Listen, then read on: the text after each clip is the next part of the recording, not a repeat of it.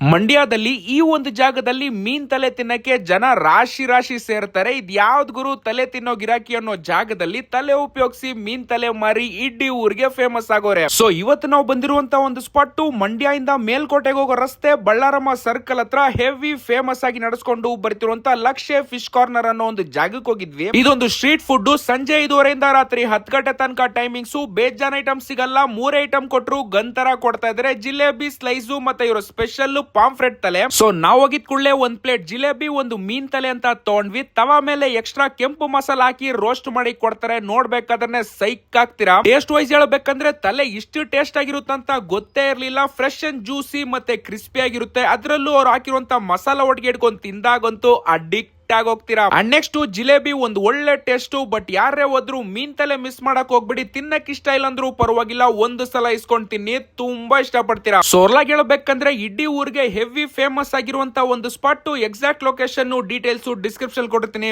ಪಾಕ ಟ್ರೈ ಮಾಡಿ, ತುಂಬಾ ಇಷ್ಟ ಪಡ್ತೀರಾ.